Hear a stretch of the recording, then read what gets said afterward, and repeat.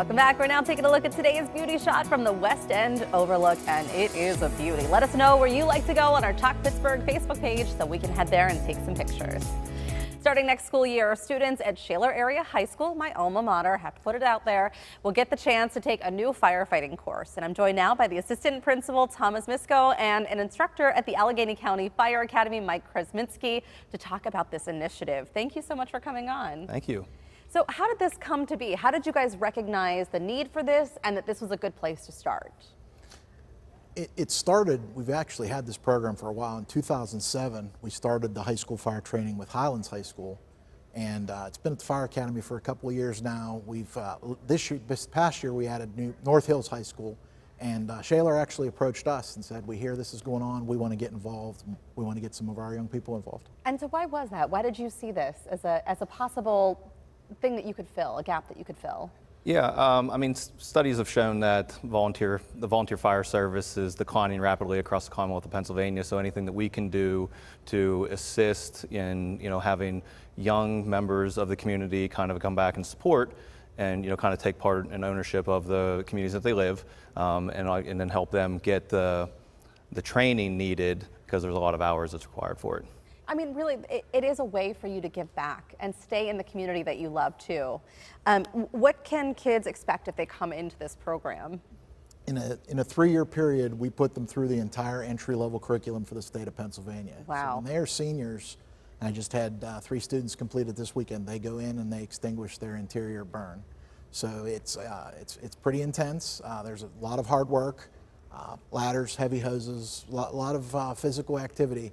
And the students really take to it, and they really do a fantastic job with it. I told you I had the privilege of doing the media fire ops training this past fall.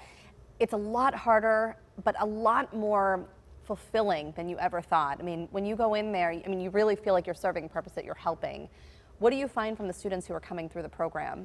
It's great to watch their growth as an educator when you see them, that they're very tentative to do certain things, and it is very unnatural to do certain things we do as firefighters, but to see them overcome that and then voluntarily, I want to do that again. Yeah. That when you see that kind of growth in young people, that's the greatest thing an educator gets to have. And Tom, can you talk about helping students find these career paths? Because I think that we're finding more and more that high schools have that role in not just doing social studies and math, but really helping them hone in on something that they can do post-graduation. Sure, yeah, with this partnership, we're always interested in furthering our career readiness. That's a big focus right now in K-12 education.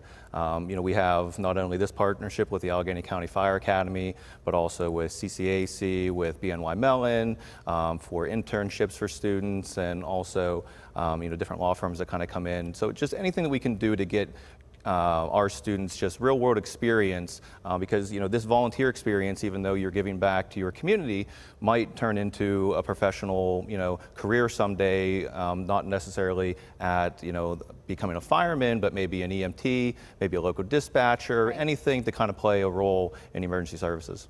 Are you seeing any interest yet for the next school year? Yeah, we have a handful of students right now that have enrolled to take the course, so that's really exciting, and we're working in partnership with, again, the Fire Academy to hopefully really get this thing to grow. Can you talk about the need too for volunteers? Because I think that we really need to get the word out. There's a real shortage of volunteers. Absolutely. It's often been said that we went from about 300,000 in the state in the 70s across the state of Pennsylvania to less than 30,000 a day, and that number actually might be very high. I've seen it in my career of almost 30 years that there's far fewer responders than there used to be. We used to turn out a lot of volunteers, and the numbers just aren't there. It's very challenging today. There's so many things that play a pull for our time. So if we can hook these people in young and get them involved and get their passion stirred for this, it's really great. The other thing I have to plug is there are opportunities for the students who are going to say, well, what's in it for me? So in Allegheny County, CCAC has the Fire Vest Scholarship, which if you make a 5-year commitment to a volunteer fire company, you are given an associate's degree free of charge. Wow. Which is fantastic. That is massive. That's massive. Huge. And if you don't want to go to CCAC, a lot of the college towns have a similar deal that if you volunteer with their local fire company, you get your room and board for free. So I've had students that have done that. Penn State has a big program, IUP. So there are things in it for the students, but ultimately we want them to have that sense of community, giving back, and hopefully open some doors for them. If we can provide those pathways for them for the future, we'll be really proud of what we've done. Thank you both for coming in and talking about this. I hope it's a massive success. Thank you. So